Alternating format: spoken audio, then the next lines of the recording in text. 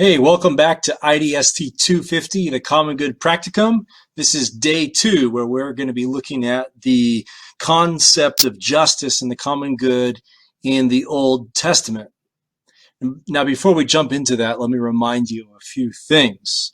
First, before you listen to this lecture, there's several things you want to have completed already. Your homework, just to remind you, you should have read through the syllabus and answered those questions in the homework about the syllabus. You should have finished reading Sandel chapter 1 and answered the questions. And you should have completed the first step of the practicum. In other words, you should have articulated your project goal in one sentence and completed a research request. Remember that I specified how to format all of this stuff correctly. So that's easy for me to find and grade. And remember that it's all due on Tuesday, August 11th. For today, you should have your syllabus. We're going to read the syllabus in just a second. Also have your course packet ready and have handout number 2 ready. Handout number 2 looks like handout number 1, but it's got new questions at the top. There we go, handout number 2. Also, let me remind you about what's due before day 3. This is in your syllabus. I'm going to send out a DVD of the film, The Prince of Egypt, and you're going to watch that film and you're going to write a little bit about it. Also in your course packet, I'm giving you several more of the parables of Jesus. I'm going to have you read those and write about those parables. And then I'm giving a very short excerpt from a guy named Elizondo, who's a New Testament scholar, and he's going to talk about the life and character of Jesus. So that's what's coming up. Well, let's look at our syllabus really quick before we jump to the Old Testament. I wanted to read with you the course goals that are on the second page. I like to read the course goals at the beginning of the semester, or in this case, the quarter, and at the end, because it can show you how much you've learned in the course of the class. So look at the learning outcomes on page 2. I'm going to read these with you. Learning outcomes. At the end of the semester, students who complete all assignments, read all texts actively, and who are consistently engaged in class will be able to do the following. 1. Evaluate the strengths and weaknesses of different conceptions of justice and the common good, including utilitarianism, libertarianism, egalitarianism, communitarianism, and especially Catholic social teaching. Hey, notice that a lot of these terms are unfamiliar to you. But when we come back and read these learning goals in 8 weeks, you will then know what these terms are. So again, these learning outcomes are indicators of what you will learn, and they can show you what you have learned at the end. So number 2, articulate the themes of Catholic social teaching and explain their theological rationale and their foundation in the Old and New Testaments, especially the teachings of Jesus. 3, understand and articulate the theological rationale for caring for the most vulnerable of society. For example, immigrant and refugees, sex workers, the homeless, and the mentally disabled. Now, designing and executing your practicum provides an opportunity for additional outcomes. Number 4, growing in one's understanding of how their particular gifts, skills, and passions might serve the common good. And number 5, growing in one's awareness of one's capacity to work for the common good and bring about real social change. So again, if you do the hard work, and you have a good, grateful attitude, these 5 things will be yours. That's my promise to you. I also wanted to just point out again that starting on page 4 of the syllabus, you have the 4 steps of the practicum. You've already completed step 1 here at the bottom of page 4. On page 5, you've got step 2. This is due in a couple of weeks, but you don't have to wait to get started. If you want to start working through these questions now, by all means, get ahead. Now, if there's anything that I have said that is confusing, again, I invite you to send me an email or write me a note so that I can clarify. Okay, let's talk about the Old Testament. The first perspective that we are looking at is the perspective of ancient Judaism, the perspective found in the Old Testament. The Old Testament is simply the first half of the Christian Bible. As many of you probably know, Christianity originated as a form of Judaism. Jesus was himself a Jew who loved the Old Testament and was deeply shaped by it. So we start with the Old Testament because it is the origin of Christianity and ultimately of Catholic social teaching, which we're looking at. But we also start with the Old Testament because it is the foundation of our modern conceptions of justice. Let me give you an example. Do you believe in human rights and human equality? Well, where did those ideas come from? Now, if you grew up in America like me, you probably just assume human rights, human equality, these things are just true. And their truth is self-evident. That is, you don't have to prove their existence because their existence is just obvious. Well, it turns out that this is simply not true. If you were to travel to other countries or see other cultures or other time periods, some people would think you were crazy.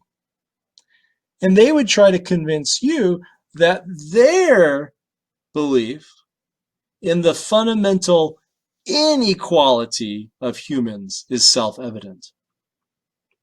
Consider, for example, Confucians in the Far East or Hinduism in the South Asia. In these places, there are billions of people. And in these places, concepts like human rights and human equality are still up for debate. So why is it that in America, we just think they're self-evident? We just think they're real, indisputable. Well, it's because America, it comes at the end of a very, very long tradition of thinking about justice and thinking about rights. A tradition that goes all the way back to the Old Testament, which we're looking at today. So, what do ancient Israelites think about justice? Well, to begin, they begin with a simple assumption, and it's this. There is a God who loves you and has a plan for your life. This should sound familiar to the Christian story that we talked about last time. That's because the Christian story itself is based upon the ancient Israel or ancient Jewish understanding or the ancient Jewish story. Well, that's a great idea, Mr. Ancient Israelite. Yeah, sure, there's a God out there who loves you. Well, how do you know that? Do you have any evidence for this God of love? Ancient Israelites would answer this question of how do you know there's actually a God of love out there? By telling a story. By telling their origin story. And that's the story I want to look at with you today. And like last time when we looked at the Christian story, what you'll find is that once again, the story you tell about the world, the story you believe about the world will affect the way you live your life and the way you treat others. So what is the story for today? It's the story of the Exodus. You're also going to watch a dramatized version of this in the DVD and the film called The Prince of Egypt. Today we'll read about it and I'll talk to you about it. The Exodus is ancient Israel's story of independence. It's their story of God rescuing a poor and oppressed people from slavery. Originally, the story goes, the people of Israel were the slave class of the mighty kingdom of Egypt and its ruler, the Pharaoh. They were called Hebrews. Let me tell you what I noticed, and you can compare this with your handout.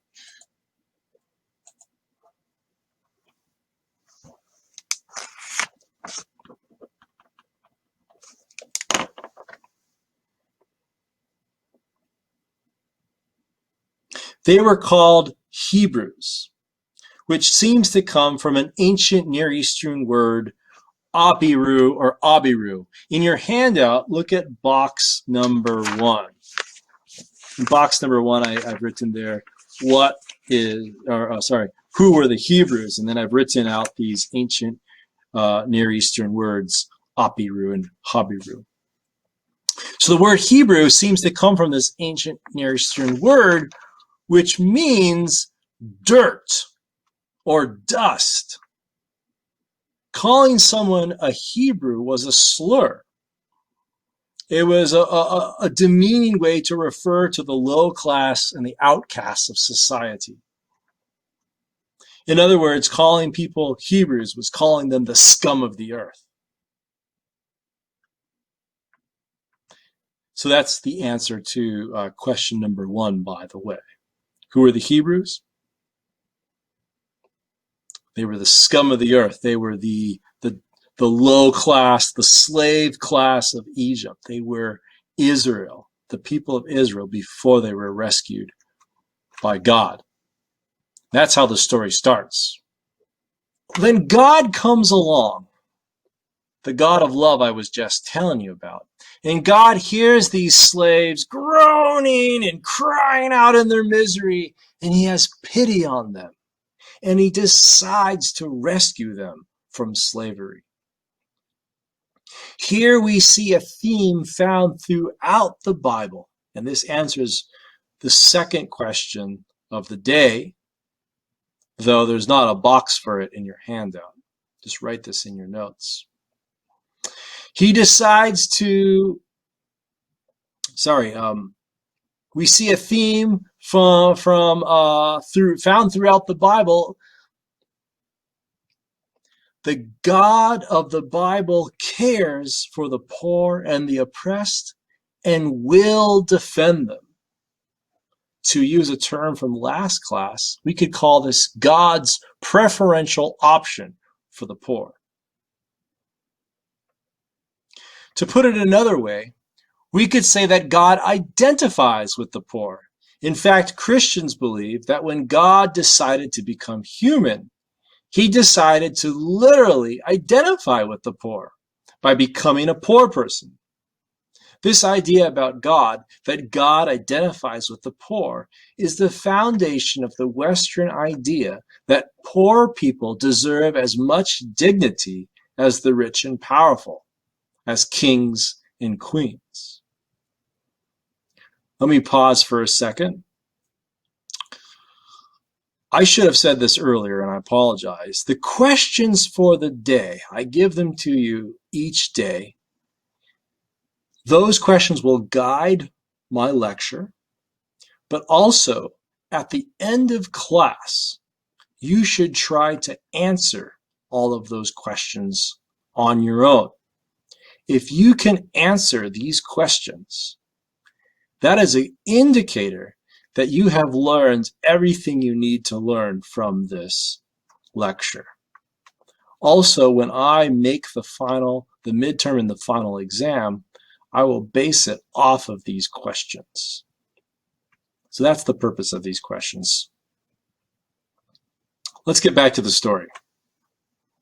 At some point in the mid-second millennium, so we're talking over 3,000 years ago, while God's people, the Hebrews, the scum of the earth, are enslaved.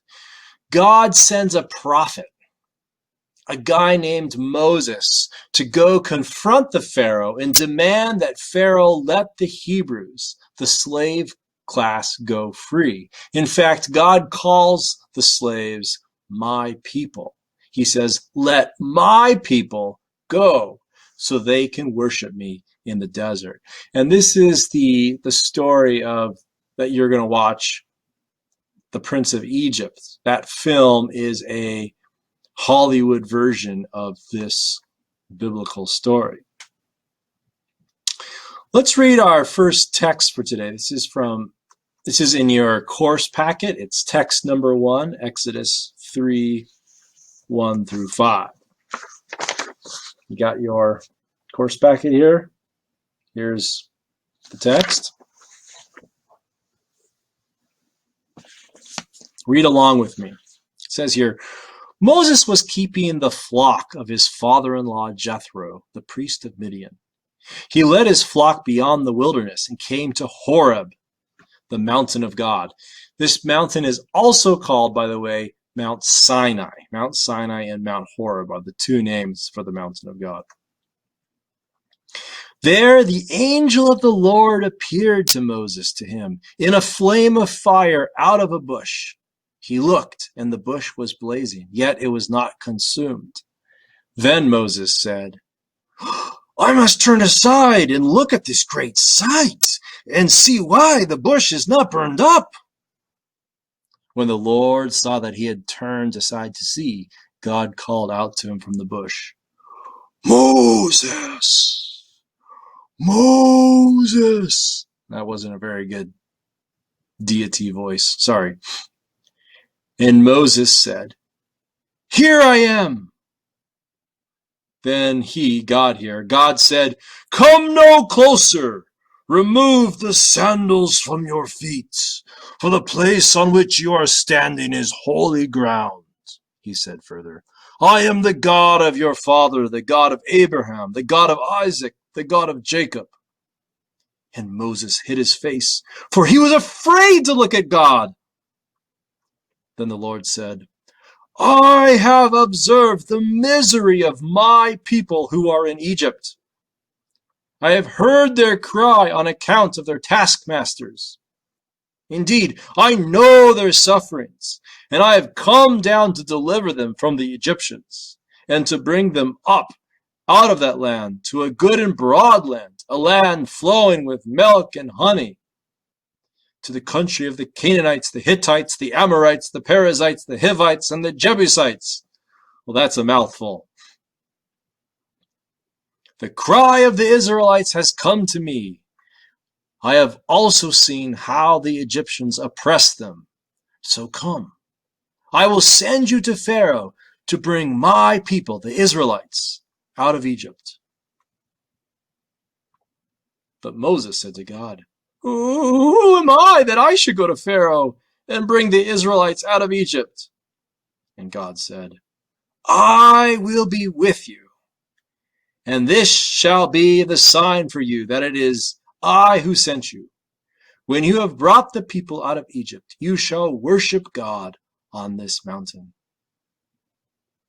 But Moses said to God, If I come to the Israelites and say to them, the God of your ancestors has sent me to you, and they ask me, what is his name? What shall I say to them? God said to Moses, I am who I am. He said further, Thus you shall say to the Israelites, I am has sent you.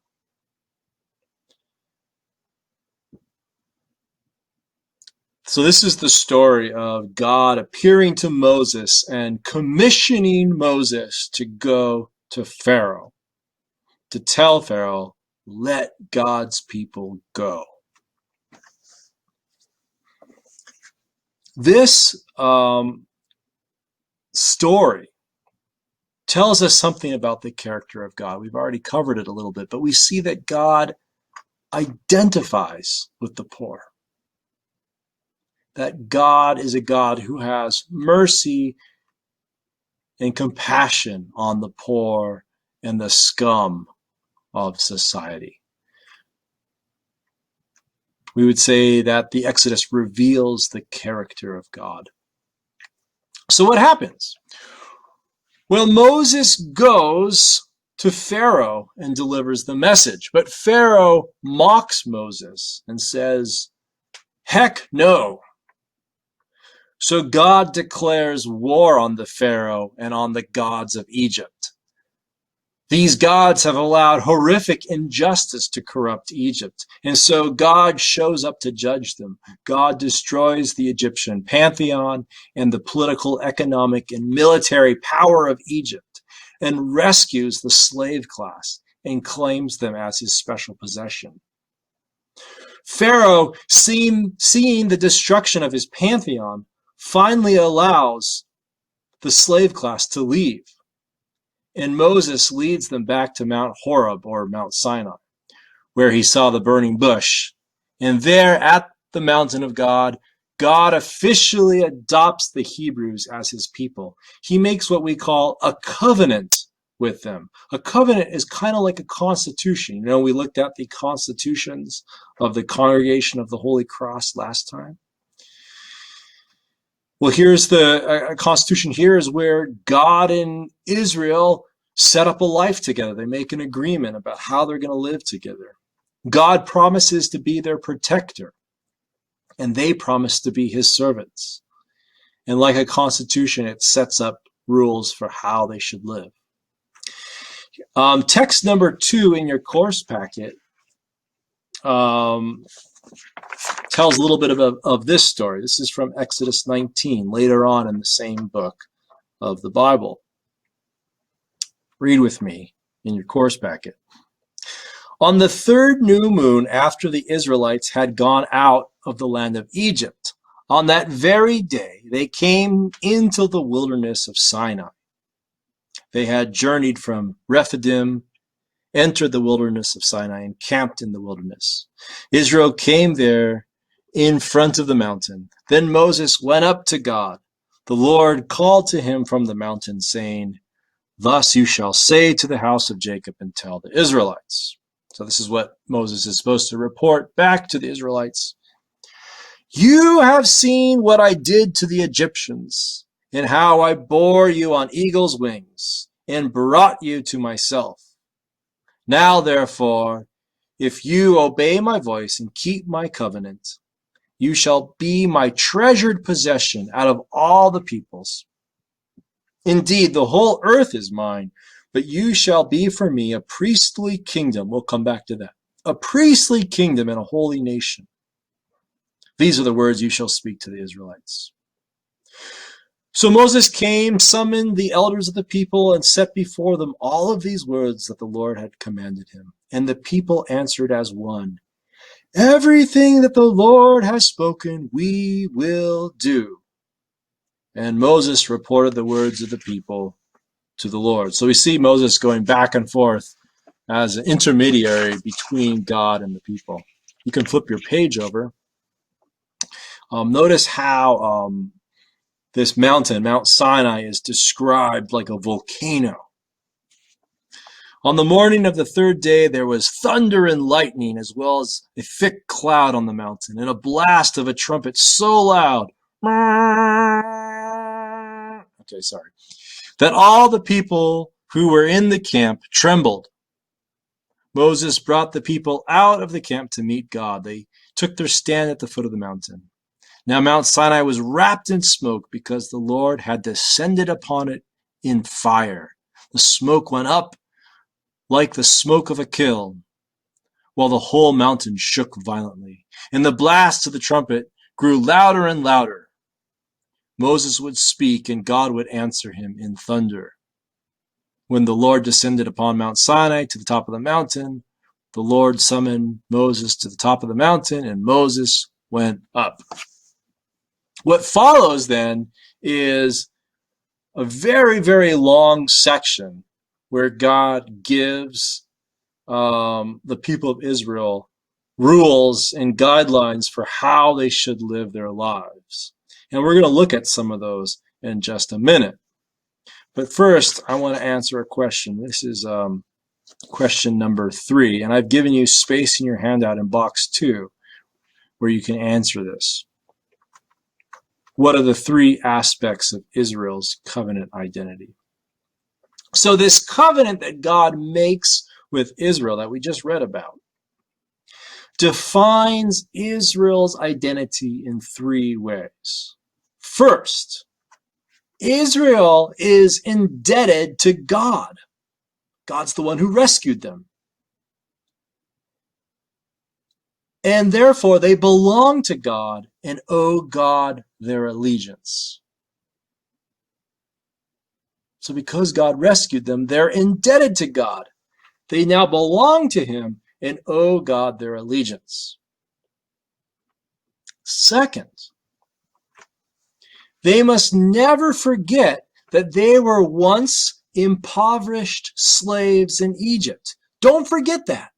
You must always remember you were an impoverished slave in Egypt.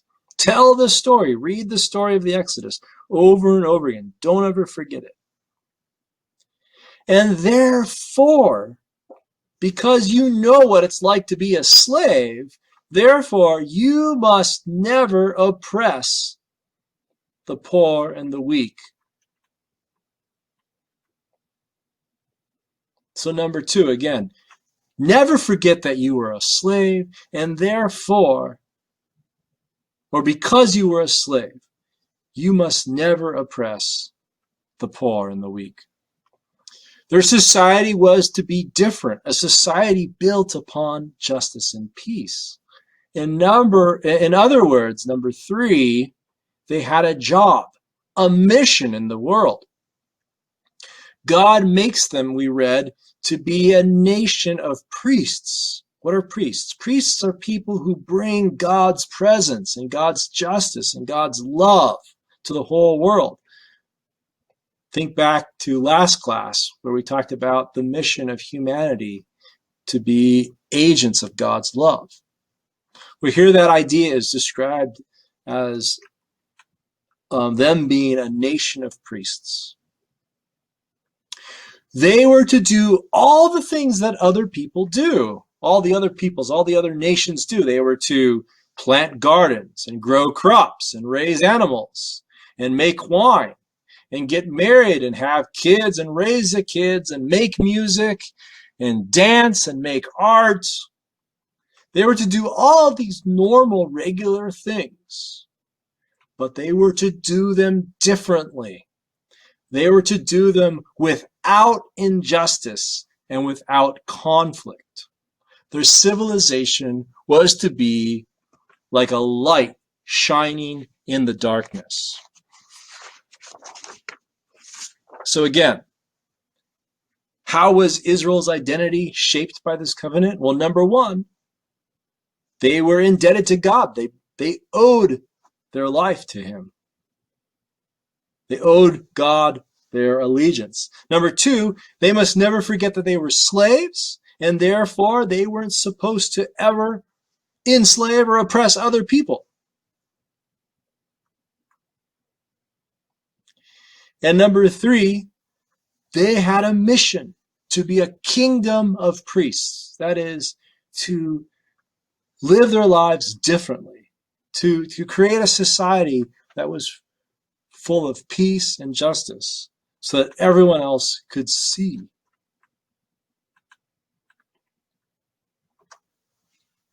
Like a light shining in the darkness. Well, let's look at some of the laws of this covenant. And it can help us, it will show us how the story of the Exodus shaped Israel's understanding of justice and the common good. These texts are the following texts, texts 3 through 7. They're from the book of Deuteronomy. Deuteronomy literally means second law. And what Deuteronomy is, it's the second version of their constitution or their covenant with God. We're going to read through them, and I want you to kind of notice, what do they have in common? What do all these laws have in common? Okay, so maybe mark things as we go along. So Text number 3. This is a law about Saturdays. It says here, observe the Sabbath day and keep it holy, as the Lord your God commanded you. 6 days you shall labor and do all your work. But the seventh day is a Sabbath to the Lord your God. You shall not do any work, you or your son or your daughter or your male or female servants or your ox or your donkey or any of your livestock or your immigrants in your town, so that your male and female servants may rest with you. Remember that you were a slave in the land of Egypt, and the Lord your God brought you out from there with a mighty hand and an outstretched arm. Therefore the Lord your God commanded you to keep the Sabbath day. Some of you perhaps recognize this. This is actually one of the 10 Commandments. It's one of the 10 Commandments that references the slavery in Egypt. Let's look at the next text. If a member of your community, whether a Hebrew man or Hebrew woman, sells himself or herself to you and works for you 6 years, in the 7th year you shall set that person free. And when you send them out from you, a free person, you shall not send him out empty-handed. Provide liberally out of your flock, your threshing floor, and your winepress, thus giving to him some of the bounty with which the Lord your God has blessed you. Remember that you were a slave in the land of Egypt, and the Lord your God redeemed you. For this reason, I lay this command upon you today. Here's another one. This is about a feast called the Passover feast. The Passover feast is the feast the Jewish people celebrate every year, still to this day, to remember the Exodus, the escape from slavery. So at the Passover feast, the law goes, rejoice before the Lord your God, you and your sons and your daughters, your male and female servants, the Levite residents in your towns, as well as the immigrants, the orphans, and the widows who are among you, at the place the Lord God will choose as the dwelling for his name. Remember that you were a slave in Egypt and diligently observe these statutes. You guys see any patterns yet? Okay, I'll keep going. You shall not withhold the wages of the poor and needy laborers, whether other Israelites or aliens, or you could say immigrants, who reside in your land, in one of your towns. You shall pay them their wages daily before sunset, because they are poor and their livelihood depends on them. Otherwise, they might cry to the Lord against you, and you would incur guilt.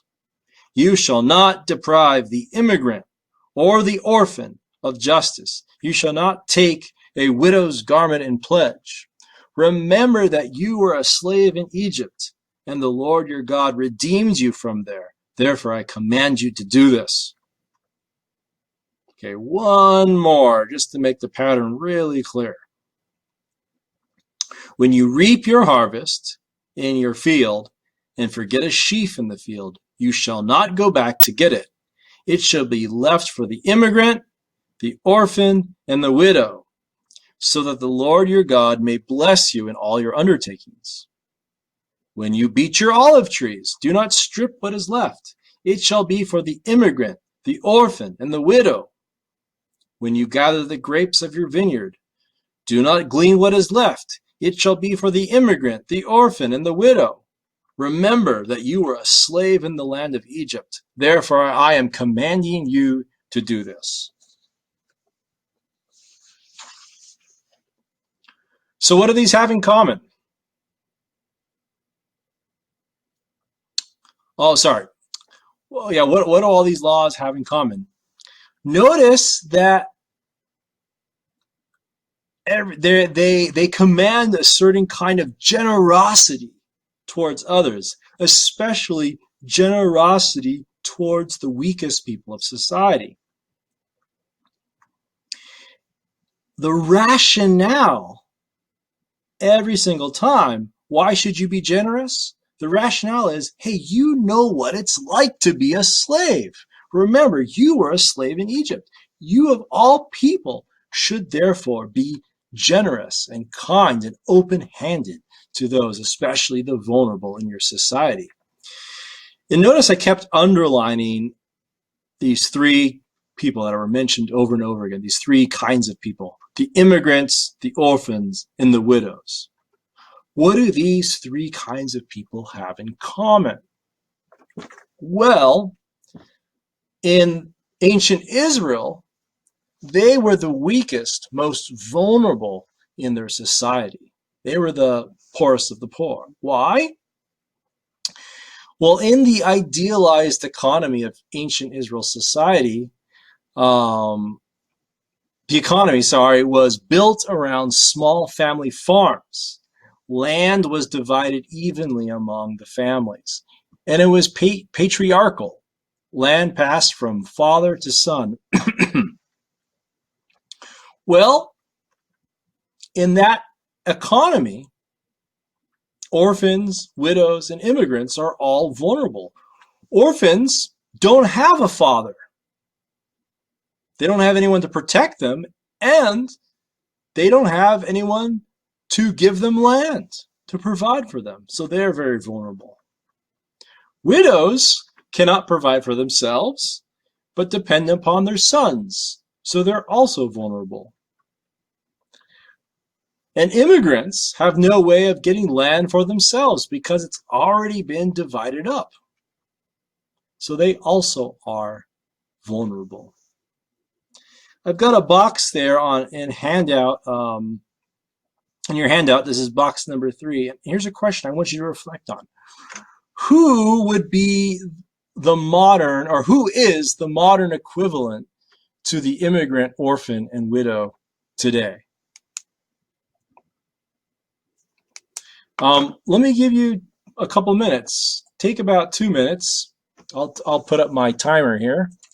Well, actually, I'll just give you 1 minute.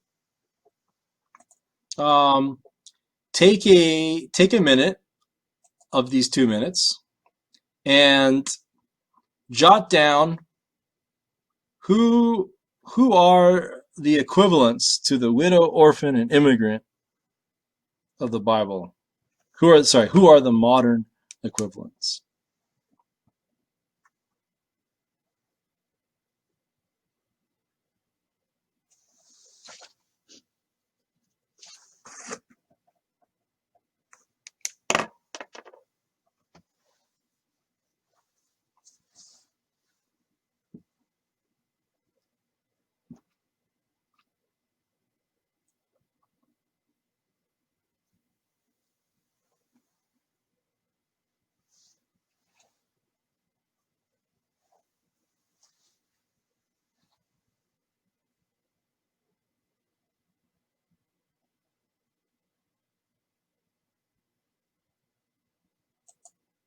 Okay, that's about a minute, so go ahead and finish writing up any words or sentences you're writing.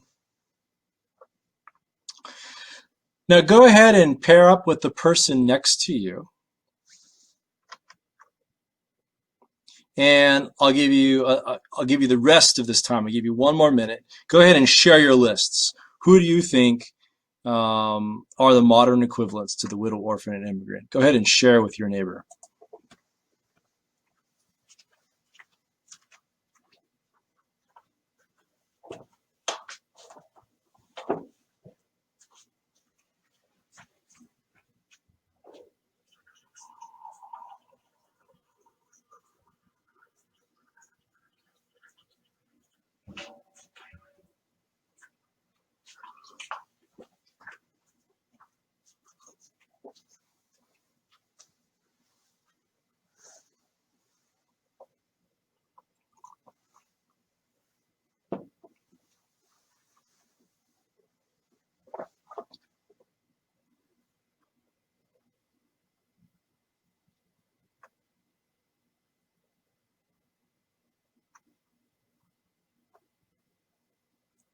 Okay, Let's come back together. We're just about out of time.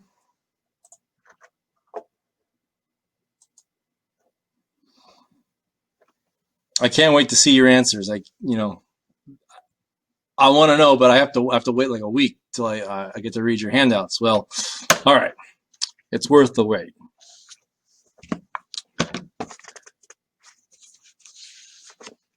I'm going to talk. I'm going to address now. I think we've kind of addressed question number 4, which is how does the story of the Exodus shape ancient Israel's laws and understanding of justice? Hopefully you can answer that now. So let's go to question number 5, which is what is the theological significance of immigrants, orphans, and widows? You can turn your handout over. There's 2 points of significance I want to mention. These 3 have a theological significance in the Bible. If you read throughout the Old Testament, this is what you'll see. First, the widow, orphan, and immigrant become God's personal responsibility. They are God's personal responsibility. In the same way God chooses the slave class of Egypt, the lowest of the lowest, the scum of society, to be his people, God also, once that people is established as a country, chooses the weakest and most vulnerable of Israelite society as his personal charge. So first, they become God's personal responsibility. In the Psalms, God is called the father to the fatherless and the defender of widows. Second, the treatment of these 3 becomes an indicator for how just Israel's society is. The treatment of these 3 becomes an indicator for how just their society is.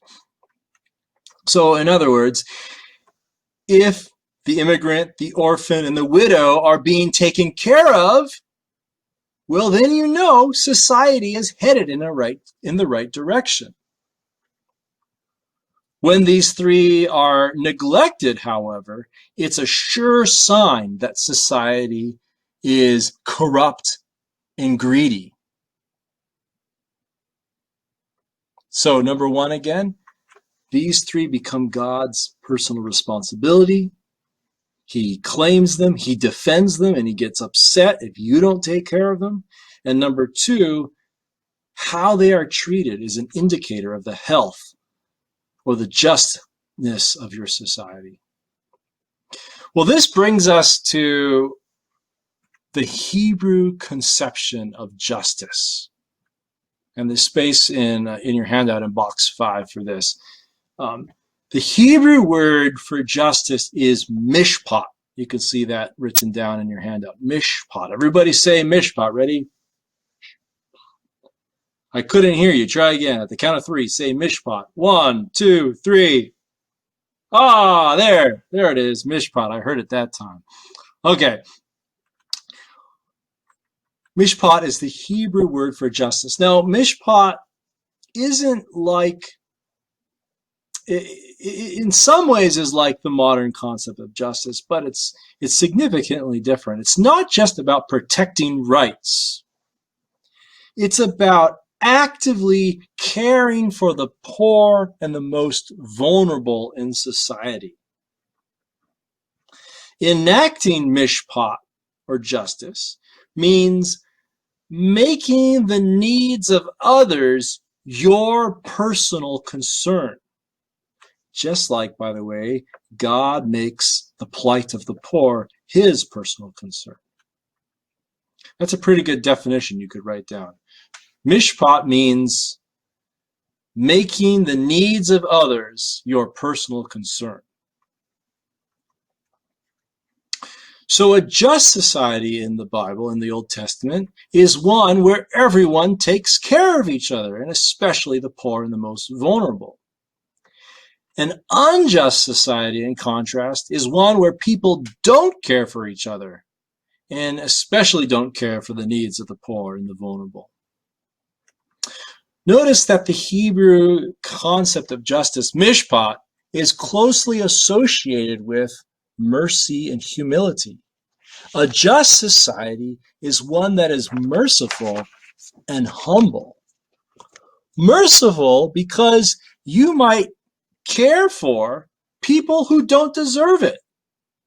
That poor person, he messed up his life. He doesn't deserve mercy. He doesn't deserve that I take care of him. Well, according to the Old Testament conception, the Hebrew conception of justice, you are obligated to care for someone even if they don't deserve it. You have to be merciful.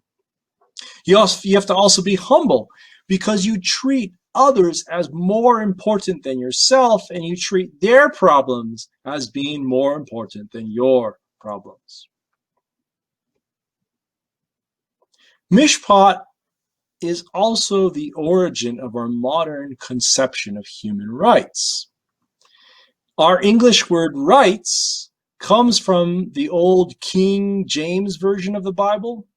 Some of you probably know about this. It's a translation of the Bible in England about 400 years ago that Shakespeare probably worked on. Well, in a few places, the King James Version translates the phrase mishpat of the poor as the right of the poor. And that's where we get this idea of rights.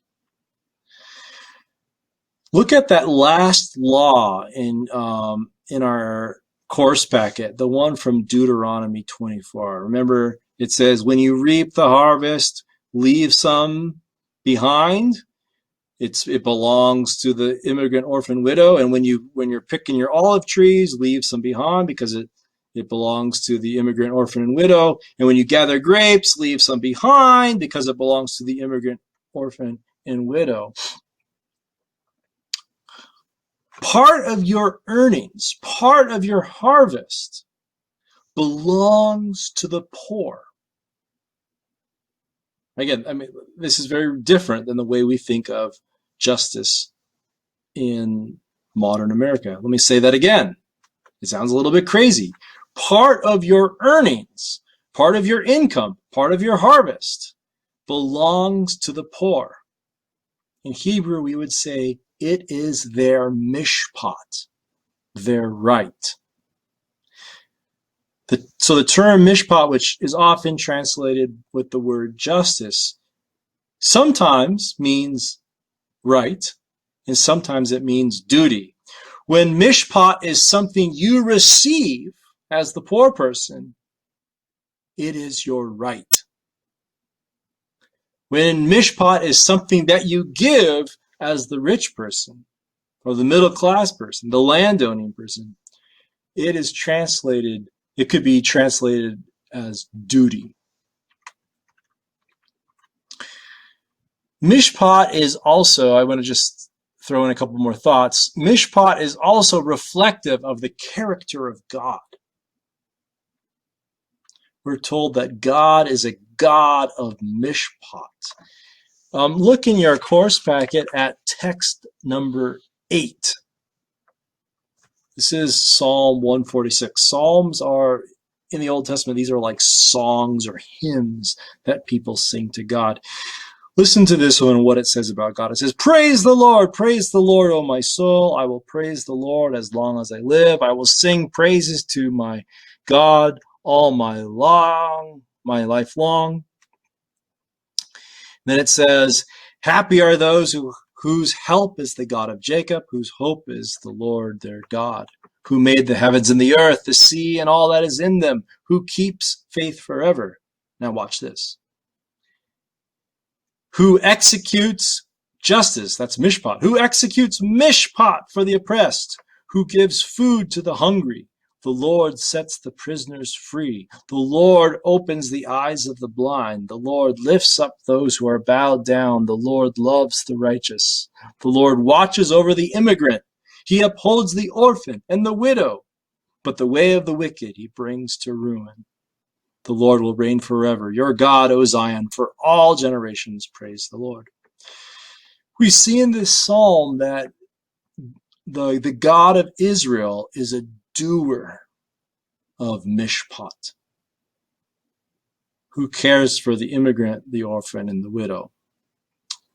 For this reason, it is extremely important that Israel practice mishpat. It's central to their identity as God's people, the God of mishpat. Since God practices mishpat, God's people should do the same. Well, Israel sometimes practices mishpat like they're supposed to do, but a whole lot of the time they don't.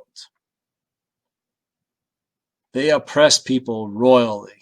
They exploit the poor. They exploit the widow. They exploit the orphan and the immigrant. And the same is true of Christians today. Remember, Christians see themselves as inheriting the Old Testament. And the teachings of mishpat are also the teachings of Christianity. When Israel and Christians fail to practice mishpat, they make their God look really, really bad. Well, this kind of failure, this failure to practice mishpat, is nothing new. I was just saying, Christians today fail to practice mishpat, but so did the ancient Israelites. And whenever they failed, God would send them prophets to warn them. And the last texts for today, we're almost done. I wanted you to read texts 9 and 10. These are from the prophets. These are messages that God sends to God's people to say, hey, you're not practicing mishpat. The first one is from the prophet Isaiah. Isaiah is writing about 700 years before the time of Jesus, so about 2,700 years ago. And this guy Isaiah, he describes people who love to, in a sense, go to church. Here it's actually go to temple. They love to go and worship God and praise God, and they love to pray, and they love to sing and lift up their hands and rejoice. But they don't practice mishpat. And in this poem of Isaiah 1, it gives us God's perspective on those who love to go to church or who love to go to temple but don't practice mishpat. Let's read this together. Text number 9. What to me is the multitude of your sacrifices, says the Lord. I have had enough of burnt offering of rams and the fat of fed beasts. I do not delight in the blood of bulls or of lambs or of goats. When you come to appear before me, that is in the temple or before the altar of God, who asked this from your hand? Trample my courts, that's the courts of the temple. Trample my courts no more. Bringing offerings is futile. Incense is an abomination to me. New moon and Sabbath and calling of convocation. I cannot endure solemn assemblies with iniquity. Right? So these are all what God is doing here through the poet Isaiah is telling us about God's perspective. Isaiah is telling us that all of these different ways that Israel wants to worship God, God actually doesn't like. God hates them. God's annoyed by them. He wants them to shut up. I'll keep going. He says, God says, I cannot endure solemn assemblies with iniquity. Your new moons and your appointed festivals, my soul hates. They have become a burden to me. I'm weary of bearing them. When you stretch out your hands, that is, when you lift up your hands to pray, when you stretch out your hands, I will hide my eyes from you. Even though you make many prayers, I will not listen. Your hands are full of blood. Wash yourself, make yourself clean. Remove the evil of your doings from before my eyes. Cease to do evil. Learn to do good. Seek mishpat. Rescue the oppressed. Defend the orphan. Plead for the widow. So again, Isaiah is telling us that his God, the God of mishpat, doesn't give a flip about how pious you are. He doesn't care about how much you love to worship and pray and go to temple and, Easter and Christmas and all the festivals. He doesn't care about all that if you're not first practicing mishpat and caring for the orphan, caring for the poor, caring for the oppressed. Let's look at another text that has the same sort of vibe. This is the text number 10 from Amos 5. Amos is another prophet about the same time as Isaiah. He's describing a situation where some people are very rich and enjoy all kinds of luxuries and pleasures, but other people are poor and exploited. Does this sound familiar to you? Does that sound at all like any other country or society you might have heard of, where there's a whole bunch of rich people with pleasure and a bunch of poor people who are suffering? In this situation, Amos tells us that God hates the rich people's worship. Let's read this part too. God says, I despise your festivals. I take no delight in your solemn assemblies, even though you offer me your burnt offerings and great offerings. I will not accept them. And the offerings of well-being of your fatted animals I will not look upon. Take away from me the noise of your songs. I will not listen to the melody of your harps. But let mishpat roll down like waters, and righteousness like an ever-flowing stream. And then we jump down a little bit. Alas, for those who lie down on beds of ivory and lounge on their couches and eat lambs from the flock and calves from the stall, who sing idle songs to the sound of the harp, and like David improvise on instruments of music, who drink wine from bowls and anoint themselves with the finest oils, but are not grieved over the ruin of Joseph. Joseph here is an allusion to their society. Right? Here you are, a rich person, you're enjoying all these luxuries, having a nice time, but you're not grieved over the fact that there's people right there in your very own town who are suffering tremendously. That doesn't break your heart. Amos will tell us that it breaks God's heart, so it should break your heart too. Let mishpat roll down like waters. The last thing I want you to do today is to rewrite the poetry of Amos 6, 4 through 5. That's the second part of text number 10. The first part is chapter 5. The next part, which begins with, alas, for those who lie on beds of ivory. That part is Amos 6, 4 through 5. What I want you to do is imagine that Amos showed up today and visited a church full of rich people who didn't care about the poor in their own town. What would Amos say? I want you to rewrite the poetry of Amos 6 for a modern context. And that's what you can do in your handout there in block number 6. I'm going to let you do that on your own time. So come back to that and finish this. To wrap up,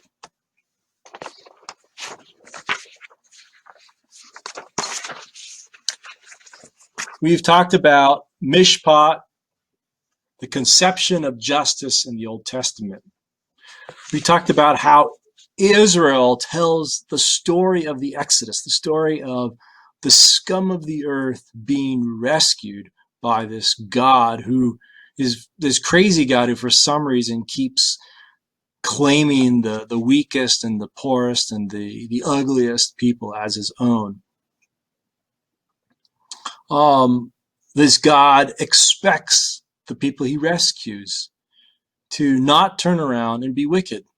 He expects them to be generous and kind and compassionate. He expects them to look out for the widow, the orphan, and the poor. In other words, he expects mishpat. Mishpat meaning making the concerns of others your concern. At some point today, while this lecture is still fresh in your mind, go through the 9 questions of the day. Take some time, and it's better if you do this as soon as possible, and try to answer them without looking at your notes. If you can do that, you know you have learned everything you need to learn from this class. If you can't do that, check your notes and try to answer these questions. And if you still can't do it, you need to get in contact with me and say, hey, wait, I'm really unclear about question number 5 or something, or question number 6. Let me know. And let me remind you finally that day 2 handout, along with the homework for today, along with day 1 handout, is all needing to be turned into me by Tuesday, August 11th. On the last page of your handout, there's the same questions from last time. Please give me questions and feedback. I will look over this and get back to you as soon as I can. And remember that for the following class period, I'm going to have you watch that film, The Prince of Egypt. Right about that, I'm going to have you read some of the parables of Jesus and then read a little short article about Jesus. And that's all I have for you today. Have a great rest of your day, and I look forward to hearing from you.